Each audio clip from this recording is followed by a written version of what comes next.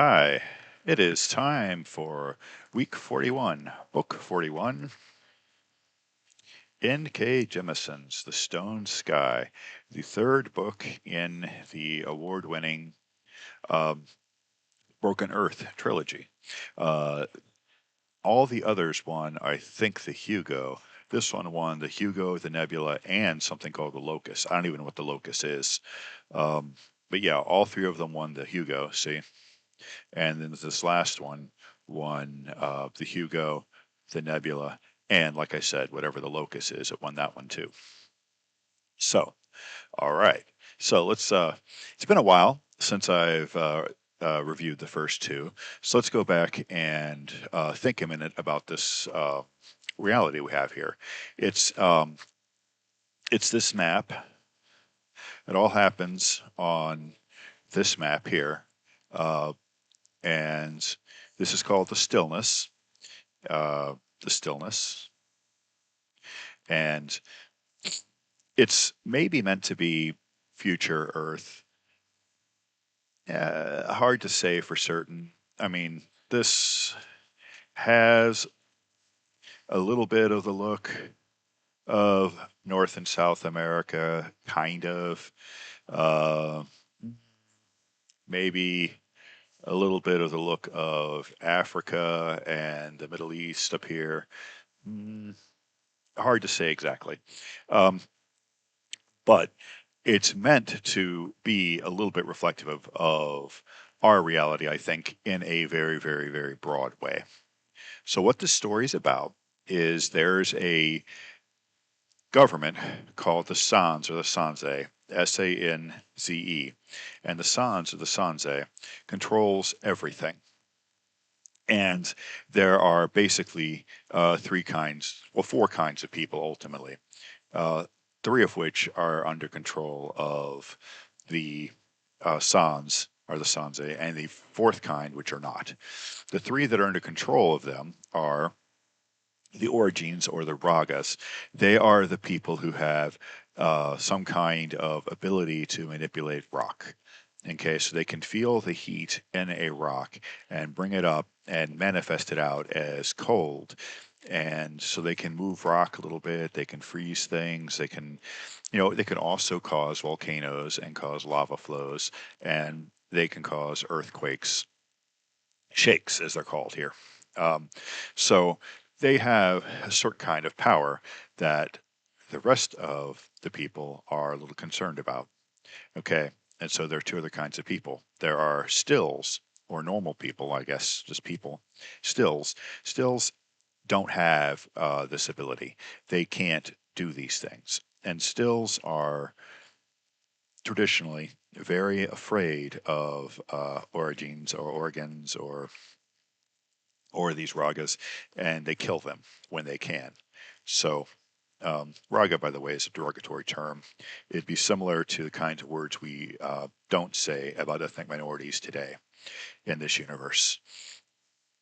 Um, but as the book progresses, it's kind of sort of reclaimed because, as you'll see, uh, so uh, so stills are kind of afraid of these origins, and so there are these other people called the guardians, and the guardians keep the origins in control, basically.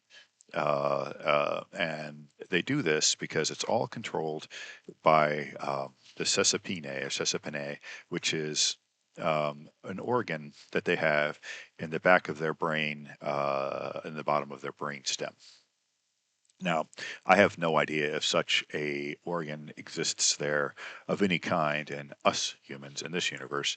That seem to me to be relatively unimportant. We certainly don't have this earth moving ability, so that is obviously fictional, no matter what the actual biology of the human brain is. But the the guardians, as it turns out, have a little sliver of metal inside their brain, and there's this peanut in the back of their neck. And that allows them to control what the origins do. Okay. And that prevents them from causing trouble. So those are three kinds of people. And the fourth kind of person is a stone eater. And it's not really, I mean, I kind of knew from the first minute stone eaters were introduced that they were likely to be a kind of human. But it's not exactly revealed until about halfway through this book, The Stone in the Sky, that you really find out um, what the Stone Eaters are and where they came from and how they relate to the larger story. Okay, so we've got this universe, we've got these people who can move rocks, we've got these people who control them, we have the regular people, and we have the Stone Eaters. Stone Eaters, by the way, are basically rock people. They're made of rocks, they can move through rocks effortlessly. Uh, they're slow, they're sometimes, or fast. And as their name implies, they eat stones, and they can be dangerous or they can be helpful. Depends. There, as it turns out, are two factions of stone eaters for various reasons, which we'll find out. Okay, so that's the universe. And for the most part, life goes on as you might normally expect in this kind of fantasy type universe where these people, live in their little villages and they do the little village things. And the people who are able to control the rocks, they're all kept in a place called the fulcrum, where they are used to quiet problems. So that, like, if your village had a problem, like there was a stone outcropping that needed to be dealt with, or you're having a volcano problem or something, one of these one of these Orion, one of these stone users might come down there with their guardian, usually, and I'll fix your problem. Okay, now obviously there are different levels, and they're called by rings: one, two, three, four, five, up to 10 rings, obviously, um, in strength. Okay, and so that's how things go for the most part. Then every so often, what happens is what's called a fifth season. And a fifth season is when Father Earth, who is evil Earth, who is wanting to get rid of humans, um, boils over. So there is some kind of massive volcanic eruption. There's some kind of fault line, some kind of earthquake. Anyway, something bad happens. Big bad, not just like a little thing, but a big bad. And when these big bads happen, everything goes chaotic. All the animals kind of adapt to this and become even more annoying than they were before. Food becomes scarce, ash fills the air. Um, and all these little villages are called comms. Okay, and in a comm, everybody is organized by type. So you might have a first name, and then you have a type. So your name might be John Strongback, and then the name of your comm. And this is what your full name would be. Your type, Strongback, that's somebody who can move, who's physically strong. There are hunters, there are lore masters or something, there are leaders. So leadership are the ones that are trained to make the difficult choices that leadership requires, et cetera, et cetera, et cetera. Some of them are called breeders, and breeders obviously, focus on reproducing for the next generation. They're also perhaps those who take care of midwifery and things of that nature. Their exact role is not spelled out because they're not central to the story. They're there, and you can suss out what their abilities are. But the ones that are important to the story are the ragas, who don't have that kind of naming. They're named after a kind of rock or that sort of thing. Okay. And what the story involves is the end of this world of Sans, of old Sans. And that's what the story is going to be about. Okay, so we set the scene. So we're 1,000 some odd years, I think, into this reality. And we have um, a main character who is a very powerful Aroga, and she has learned through the first two books an awful lot about reality that she didn't know before. And her mentor, who is a Ten Ringer, had caused a fifth season. That's what the first book is about. He causes a fifth season, and it is the fifth season to end all fifth seasons. It's going to basically destroy this society. And so in the first book, this main character is following her husband, who has taken her daughter and killed her son, because her son and her daughter are both the same as she is, their origins. And he is not. He is a still. And she is going after him to kill him to get her daughter back because he took her daughter. And she doesn't catch up with them, but instead she winds up in a calm that appreciates organs and actually run by an organ. And she stays there, and Castrima Under is what it's called. And in Castrima Under, she runs into Alabaster, her teacher in the first book. And other things that happen too. I'm not going into everything here. And Alabaster starts to teach her how to use this other kind of ability. That she's got the origin ability, but that's a first order. There's a second order, which is magic, which is the silver. And she's able to use the silver to work with the obelisks. The obelisks are these big things that have been in the sky. There are 100 something of them, and nobody knows what they're there for. But they think it relates to the old before the shattering, which is with fifth season. So they think it happened before the first fifth season, before the shattering, and they don't know what this technology entirely is. But she's able to use it. And Alabaster is made now. He was all human, but he's now half stone, and he has a friend who's a stone eater who is slowly eating his body. And what's going on there, as we find out later, is that once Alabaster is completely made of stone and the Stone Eater completely eats them, then somehow that essence of who Alabaster is will be reborn as a Stone Eater. And so that's how new Stone Eaters are created, by an origin who learns how to use this magic thing in order to control the obelisks and open up the obelisk gate. Opening the obelisk gates, what the second book is about, is allows you to have much more of this magic silver power. But every time you use orogeny or this silver ability, magic, part of you turns to stone. And so at the end of the second book, the main character, who goes by several different names, Essen is one of them. I'll call her Essen. Essen uses this newly understood power of magic in order to protect Castrima Under from the big threat, Rheneas, which is a calm, and she loses her entire left arm. I think it is her entire left arm turns into stone, and she passes out, and she's out for about a month before the third book begins. Also in the second book, we find out that her daughter also has these kind of powers.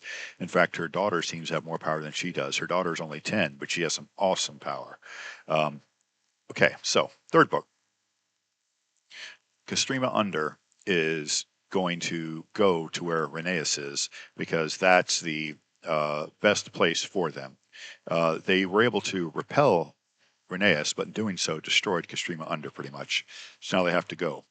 So they're going, and it's a difficult journey through wooded lands and then through a desert. Desert's a problematic place for food and for bandits and for other reasons. And they have some adventures along the way doing that. But the real key to this whole story is what happens on the other side of the world, which is Core Point. Core Point is the center point of the old reality it used to be before the shattering. And this is where the obelisks were apparently made, where they're meant to be used. And what they're meant to be used for is to channel the Earth's energy, the Earth's magic, okay, and using that magic to eternally fuel all of what this kind of humanity wanted. And the people that they're doing this are the people who have become the Stone Eaters.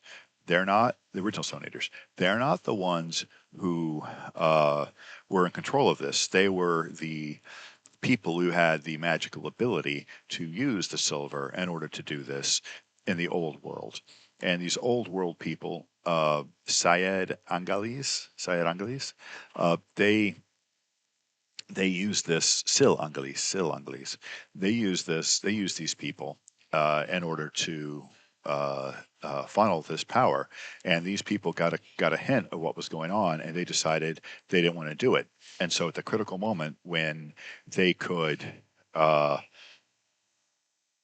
do this, to use the Earth this way. They chose not to.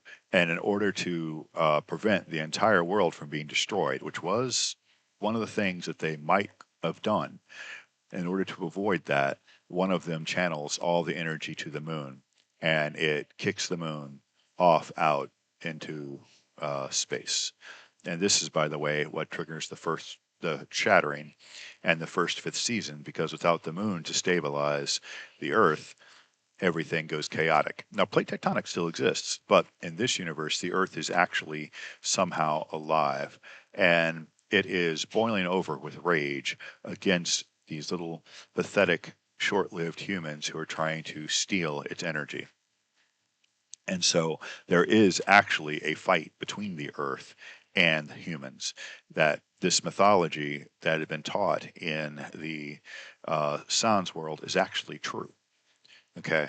Um, so the daughter of Essen, who is Nessun goes to Core Point with Shafa, who is the guardian that taught Essen, and also the guardian who has taught Nessun some of how to control her powers. Although Shafa is maybe evil, hard to say, he's a guardian, so he works for suppressing the origins, except he's been damaged in the second book and has come back as damaged and not as opposed to the origins as he was. So he's sort of a mixed bag friend enemy, which is a very interesting thing. Okay, so at core point, the whole point is that Nessun is going to use the power of the obelisk gate in order to turn all humans into stone eaters and end humanity forever. And that's she's doing that because she's pissed off about various things that happened, and she's also under the guidance of a stone eater who wants this to happen.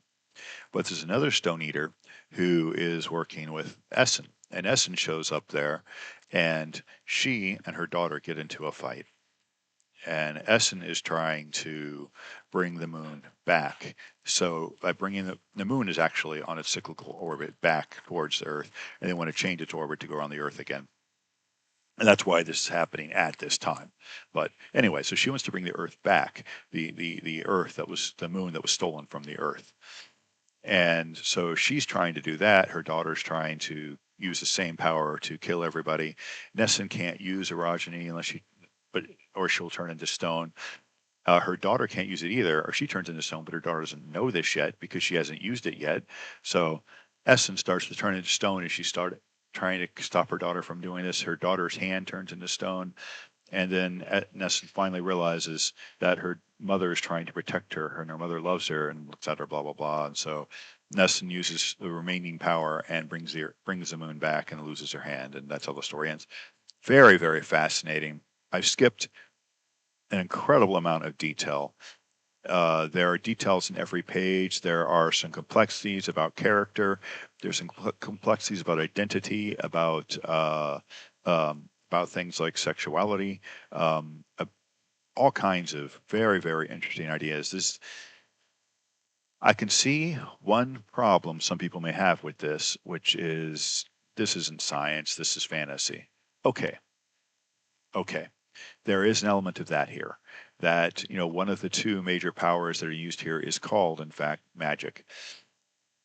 And yeah, in some of the stuff that flashes back to the pre-shattering world, there is some minor justification for some of this, talking about, biopower and things of that nature. This is a society that had harnessed the ability to use life force as an energy in order to further its technology. And there is, in fact, a kind of human who apparently has more of this Sasinape or whatever it is ability than others do, and that is why they're able to do this in the first place.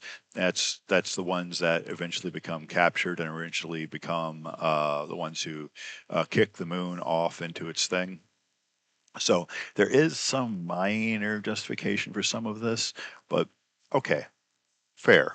In fact, when I bought this, it wasn't in the science fiction part of the book. It was in the fantasy, and I can see that. So if you like hard science fiction, this may not be your cup of tea.